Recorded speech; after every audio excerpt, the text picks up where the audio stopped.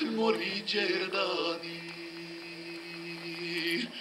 ili ti maro težit mori đerdani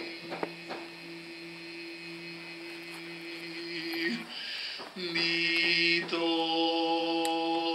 mi ago težit stom ni te more ni to mi ago težit more đerdani ni to mi ago težit more đerdani toko mi ago teži merak kot more moj merak ago mi je more daleko moj merak ago mi je more daleko.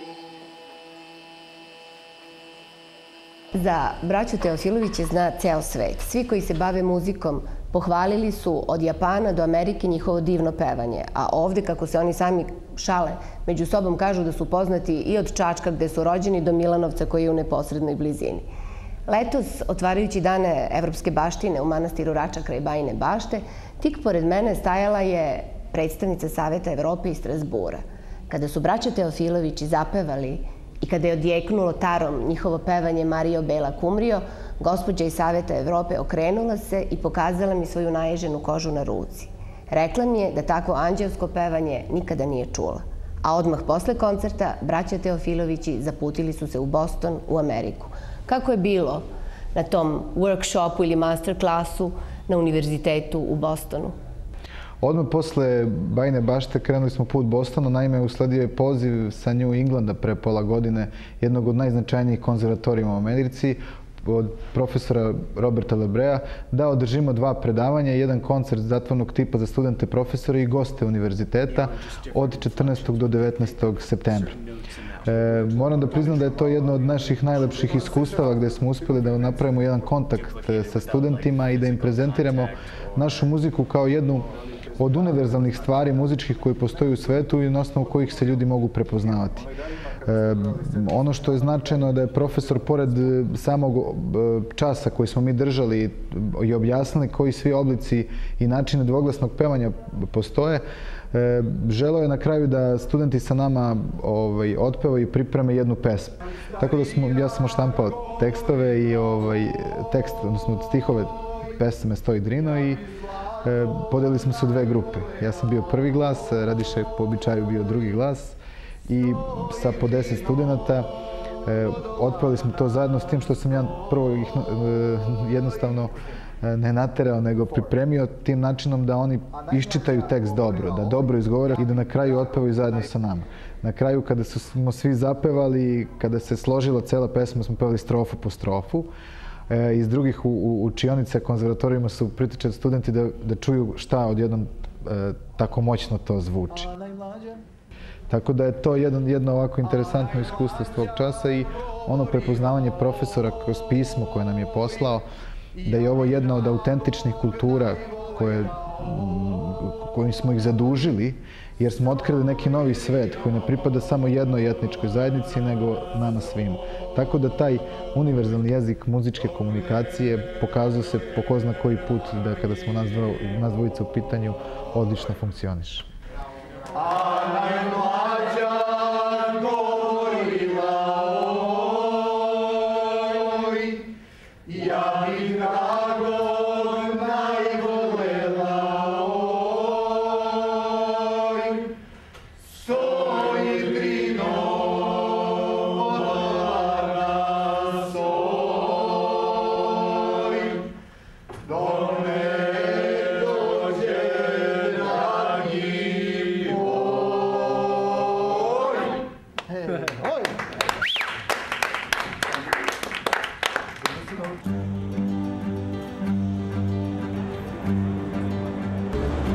Što je bilo u Beogradu.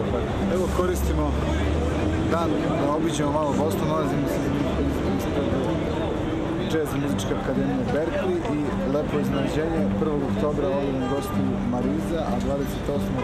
Dulce Pontius, najveće zvezde fado muzike danas.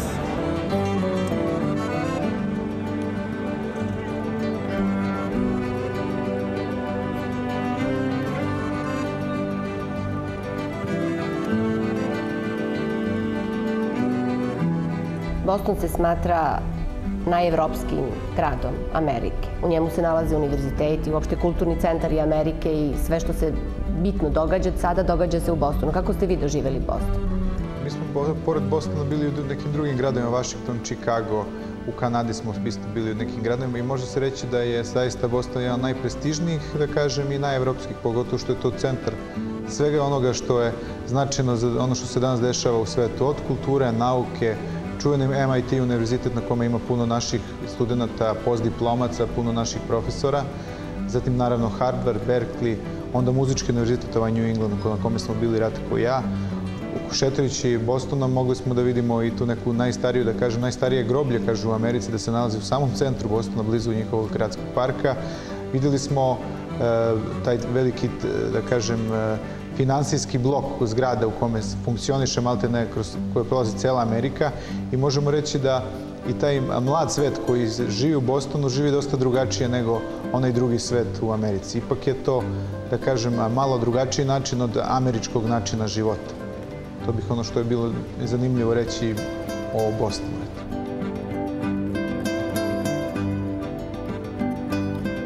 Ovo iza nas što sada vidimo, to je zarada Bostonske filharmonije. Ove godine proslavljaju 125 godina postojanja i to je za Ameriku jedan veliki jubilej. Ajmo da pogledamo.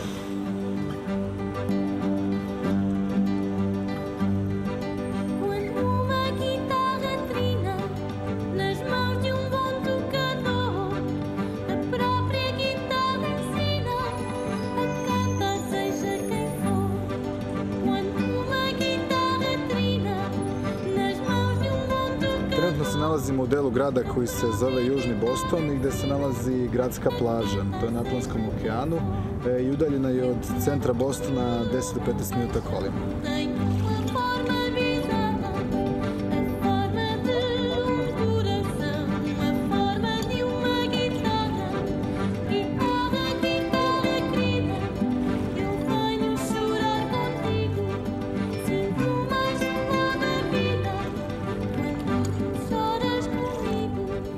Gde se nalazi jezero Valdo u kome ste plivali?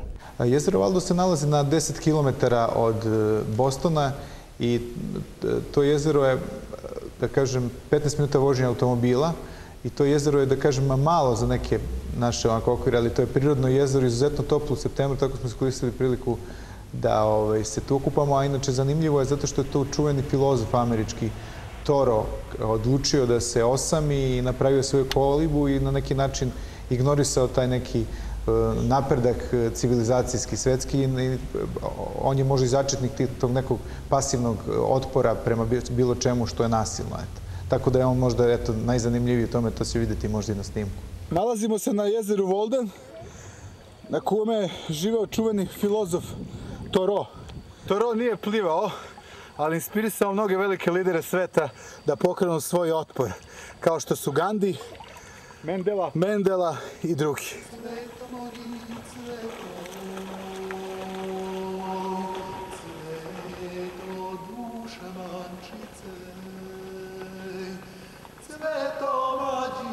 Da li je bilo mnogo hladno u jezeru u septembru? Nije, jezero izuzetno bilo toplo i u septembru, tako da smo se... Nije hladno, s druge strane mi koristimo svaki trenutak, kao i u Beogradu, da koristimo plivanje, jer nam je potrebno mnogo kondicije i snage da bi izdržali sve napore koji su pred nama. Bilo tu, znači, nekoliko predavanja i odmah posle toga i koncert na konzervatorijumu, tako da plivanje je način disanja pravilan i tako dalje, omogućava maksimalnu kondiciju i pripremu fizičku, a samim tim i psihičku, da bi mogli da izdržimo sve napore. Mora se reći da smo mi na ovom putovanju do Vancouvera posle i povratkom za Chicago ukupno iz Evrope bili u avionu negdje oko 40 sati. Znači sa nekih 8 letova penjate se stalno 10.000 metara nadmorske visine, stvarno je poprilično napor. Čak ima jedna anegdota kada smo letali prvi let iz Bostona do Otave, pa iz Otave do Vancouvera. Bili smo u nekom malom avionu, prvi put sam se osjećao kao da sam na aeromitingu, to je sve brujalo sa svih strana. Tako da, eto, bilo je i dogodovština, i prijatnih i neprijatnih. Bilo je uzbudljivo, može se reći.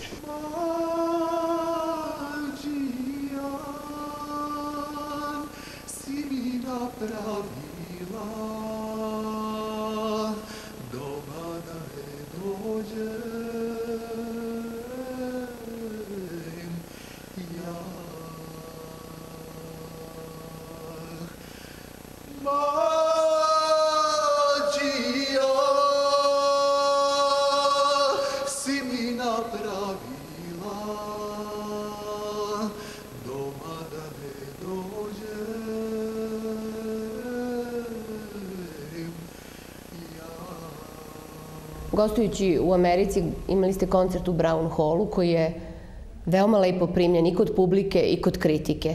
Šta imate da nam ispričate, vaše utiske? Pa koncertna dvorana Brown Hall je jedna od 3 značajne dvorane New England konzervatorijima koja je sagrađena zgrada 1876. godine. I najznačajnije je Jordan Hall, sala koja ima 800 mesta i jedna od najakustičnijih dvorana u kojoj smo mi kada pustili glas. A imali smo priliku da uđemo i da snimamo kako to izgleda. U Brown Hallu je bio koncert za studente i za profesore i bio je interesantan zbog toga što smo mi izveli 20 pesama, naravno uz nekoliko biseva, a potom su gosti koncerta, ljudi koji su došli na koncert, postavljali interesantna pitanja i govorili neka njihova zapažanja. Jedno od zapažanja jedne gospođe koja je završila England konzervatorij, muzikolog, je bila da je njoj isuviše više zapadne harmonije, zapadnog načina i pristupa muzici. Ovo je jedan novi način prezentacije, nova muzička doktrina i njena rečenica, ovaj koncert je promenio moj život, potpuno je izazvala tajac u samoj sali. Da bi bio tu jedan Francuz koji nas je pratio i sa koncerta u MIT-u, koji smo imali koncertne dvorane tog univerziteta par dana pre Brown Halla, koji je rekao kao da se nalazi u nekom soliteru i u nekom liftu koji ga stalno baca na nebo i na zemlju, uopšte nije znao gde se nalazi sve vreme koncerta, tolika dinamika i njegovo srce je puno. Moram reći da su iznenađenje za nas bilo da je čovek iz Montreala doleteo avionom u Boston samo da vidi ovaj koncert, da se vrati u Kanadu. Ja sam s njim bio u kontaktu pre možda 2-3 godine jer je on čuo za koncert naš u kanadskom parlamentu i bilo mu žao što tada nije imao mogućnost u Otavu da odleti to da čuje. Da kažem da je nekoliko naših ljudi taj ponedeljak u 16 časova je bio taj koncert. Nisu otišli na posao ni u New Yorku, ni u New Jersey, već su 6 sati proveli u kolima da dođu na New England i da čuju naše pevanje. To su stvari veliki ljudi, kažemo mali ljudi, ali to su veliki ljudi koji su dodatna i suštinska inspiracija svem onome što nas dvojica zastupamo.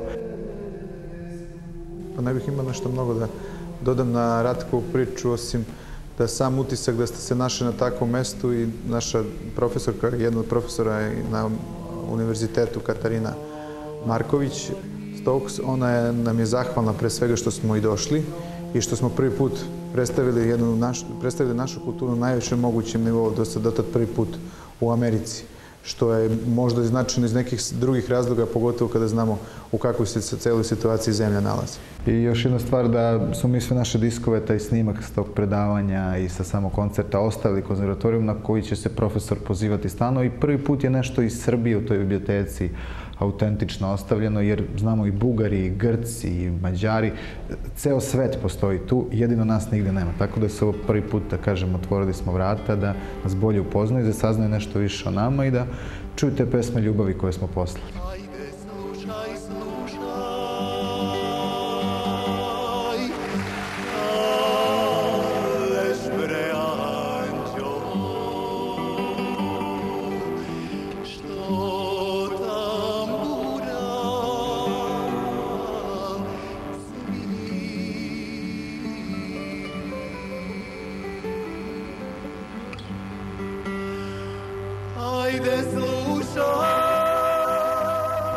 U samom centru Bostona nalazi se zgrada opštine Boston, Boston City Hall, koja po svojoj arhitekturi dosta podsjeća na socrealne građevine nekih prošlih vremena, ali i to je deo Amerike.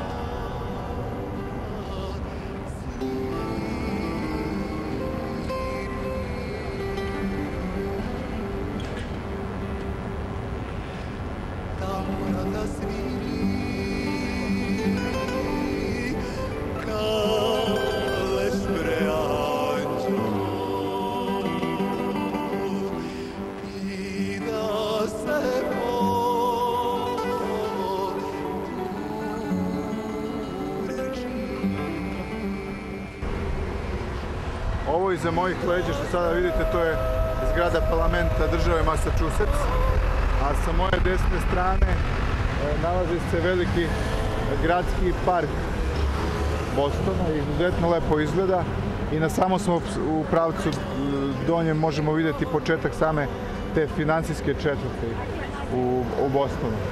Vidite, iako je radni dan, dosta je velika gužva. Ljudi su stalno u pokretu.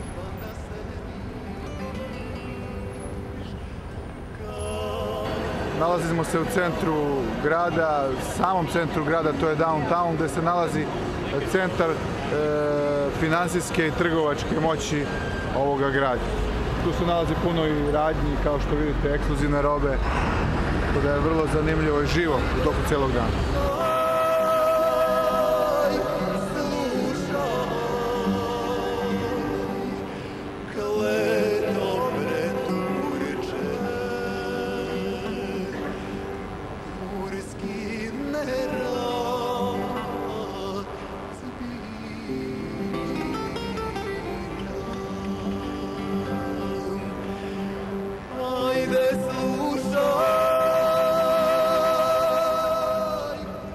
Obišli ste ceo svet, verovatno imate čizme od 1000 milja samo za putovanje. Kuda ste otišli posle Bostona i kakve ste utiske poneli?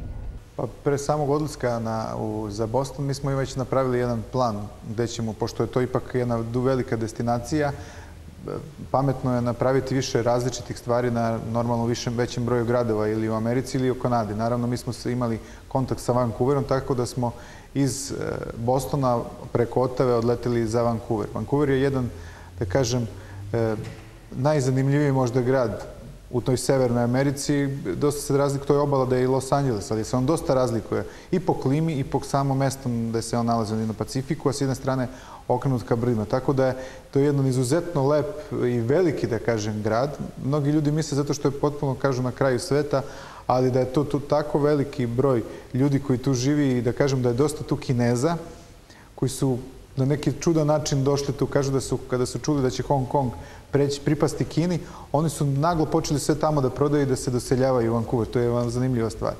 Mi smo bili gosti jednog novog kulturnog centra pri samoj crkvi u Vancouveru koji zaista izgleda izvanredno.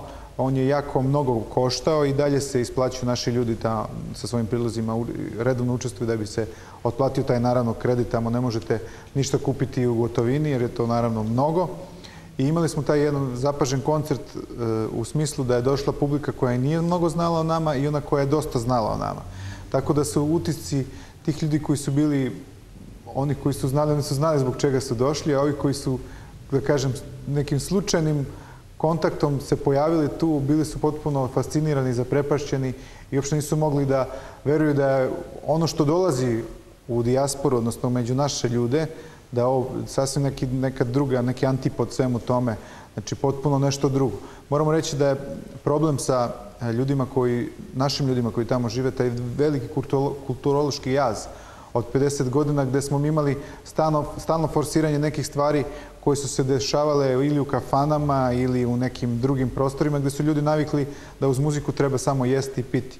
Naravno, postoji neki drugi načini komunikacije između ljudi, što smo u muzičkom smislu, što Ratko i ja na svoj način pokazujemo. Naravno, želja tih ljudi da tamo dođe i pozorište. Nadamo se da mi na neki način i otvaramo i utiremo neke nove staze putem naših umetnika odavde, da ljudi jednostavno drugačije komuniciraju. U Čikagu smo bili gosti kluba Sveti Sava koji je skoro otvorio i srpsko pozorište amatersko u Čikagu i u toj maloj sali bila jako dobra poseta. Bilo je interesantnih komentara. Uglavnom su ljudi, organizatori, bili zaprepašeni što je došao mlad svet. To što su studenti, došli su mlađi ljudi koji su negde čuli za nas, bili potpuno oduševljeni, ali jedan komentar jednog arhitekta je bio vrlo interesantan. On je zapazio jednu vrlo važnu stvar koja može da se uvek postavi pitanje zašto je to, a to je koncert je fantastičan, ne bih komentarisao koncert, nego me kao samo zanima otkud tolika količina ljubavi, tolika snaga, tolika energija i volja da u tom vremenu bavite se ovim stvarima i da od toga živite. To je za mene zaprepašćujuće. Živim u Americi, posmatram Srbiju, znam, idem često dole, za mene je, kaže, to fenomen. Potom smo sljedeći dan otišli u jednu našu crkvu, Vasilija Ostroškog, to je nova crkva i ljudi koji se to skupljaju, to su jedni ozbiljni ljudi, da kažem, jako dobro organizovani, 85% ljudi ne govori srpski jezik. Posle osveštavanja tog prostora i liturgije koja je delimično bila na staroslovenskom, a delimično na engleskom jeziku, u kojoj smo mi učestvovali, prvi put smo pevali liturgiju na engleskom jeziku, prezentovali smo 30 minuta našeg programa, potpuni tajac, sveštenik je iz našeg kraja, 56 godina otac Milan nije dolazio u Srbiju, oči su mu bile pune suza. Tako da je to bilo jako dirljivo, jako ubedljivo i da kažem da su ljudi opčinjeni time samo tražili gde se nalaze ti diskovi da ih kupe.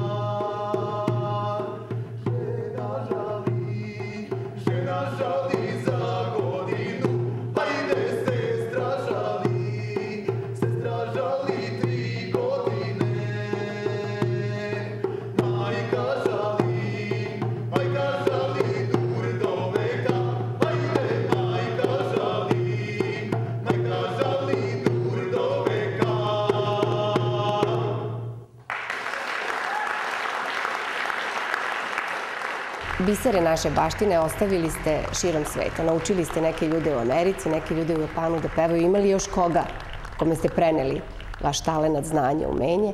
I kakva je poruka ovoj generaciji ovde koja nije baš uvek svesna vrednosti naše autohtone kulture? Pa moram da kažem da smo, obilazeći ceo svet, imali mnoga raznovrsna iskustva. Moram da kažem da su velika iskustva kad biti gost kanadskog parlamenta i spikera kanadskog parlamenta, biti prijatelj na Korzici sa ministrom inostranih poslova Kanade, biti gost na tom festivalu na Korzici, naučiti Korzikance kako mi pevamo, pevati zajedničke koncerte sa Korzikancima, onda u Japanu naučiti jednu mladu devojku da otpeva jednu staru srpsku pesmu koja je bila opčinjena, to je išlo na nacionalnoj televiziji, ona nije verovala čak ni to. Veliko iskustvo iz Bostona gde smo naučili te studente da otpeju jednu pesmu, oni su imali toliko žara i želje da nauče još toga, jer je toliko bilo uzbudljivo, zanimljivo njima da rade sa nama. Tako da kroz neki mladalački duh mi im u stvari prenosimo mladalački duh nekih prošlih vremena. Eto, to su neka od značajnih iskustava i ono što kažem neke mlađe generacije, čak deca, imali smo u Vancouveru slučaj da gospođa kod koje smo odseli javila se telefonom i kaže moje dete koje ima 3 godine svako jutro sluša Čuvare sna i Sabazovske vetrove po nekoliko puta. To je, mislim, ono što je poruka svima, znači od manjih generacija se to kreće. Ono što bih ja rekao mlađoj generaciji koja dosta prati televiziju Metropolis, da nemaju predrasude prema nekim stvarima s kojima nisu imali mnogo kontakta i koliko misle da upoznaju svet moraju da putuju. Znači, da se trudimo da ne mi sami, već i zemlja da se potvrdi da im omogući da putuju, da upoznaju druge ljude, upoznaju druge kulture. Neka budu svi sigurni da smo Ratko i ja od 1997. tek krenuli da putujemo svetom i da smo mnogo naučili. Kažu da čovjek koji sleti na 6 aerodroma u svetu, onda je on već postaje svetski čovjek. Onda već zna kako svet funkcioniše i kako cirkuliše. S druge strane, samo zahvaljujući ovim načinom i ovom muzikom kojom se bavimo, uspeli smo da zainteresujemo taj svet za nas, a ne nekom njihovom, da kažem, muzikom i njihovom kulturom, mi njima sigurno ne bismo bili interesantni.